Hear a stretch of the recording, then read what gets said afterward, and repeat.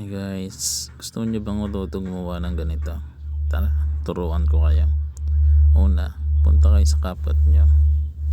Tapos, click nyo yung new project. Pagka new project nyo guys, hanapin nyo yung i-edit nyo na lalagay nyo ng text. Yan yung sa akin. Tapos guys, ito yan. Ayan guys, lagyan nyo naman siya ng text. Yan yung lagay ko. Day vlog. Yan. Tapos lakayan nyo lang siya guys.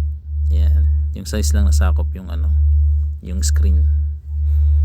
Tapos guys, lagyan siya ng effects. Pwede niyang classic sa fonts. Yan. Tapos isakto nyo lang siya dyan. Tapos click nyo yung taas. Split. Delete nyo na yan. Pwede nyo na i-delete yan. Pagka delete nyo yan, export nyo na guys. Pwede na yan. What's the lagay nyo na yung text, okay na, export nyo. Ngayon pag in-export nyo, huwag nyo idadan, click nyo yung arrow sa gilid.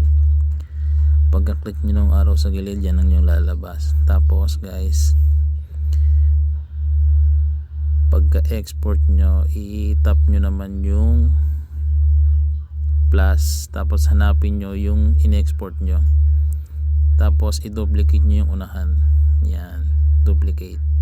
Hirap na duplicate konti pa, ayun, duplicate. Ngayon guys, pagka duplicate nyo, i-delete nyo na yung unahan na yan. Yan, pwede na i-delete yan. Tapos guys, pagka delete nyo, i-overlay nyo naman. Nasaan yung overlay? Ayun, yung overlay. Tapos i-drag nyo papunta dun sa unahan. Yan, okay, ganyan kalalabas na yan guys. Tapos hanapin nyo naman yung mask. Pag nakita nyo yung mask, ayun, mask. Tapos pindutin nyo yung horizontal. Pagka-click nyo ng horizontal, i-adjust nyo pa ganyan, pakaliwa, yan. Tapos iusod nyo hanggang dulo. Huwag nyo kakalimutan maglagay ng keyframe. Yan, yung keyframe. Tapos i-play nyo, iusod nyo. Tapos ganun ulit, play, usod. Yan, play, usod nyo lang ulit guys. Yan, tapos yan, hanggang matapos yan guys, hanggang dulo na yan. Tapos guys, pagka naganyan nyo na hanggang dulo, okay na yan, i-back nyo na lang. Pwede nyo na yan i-export pag natapos nyo.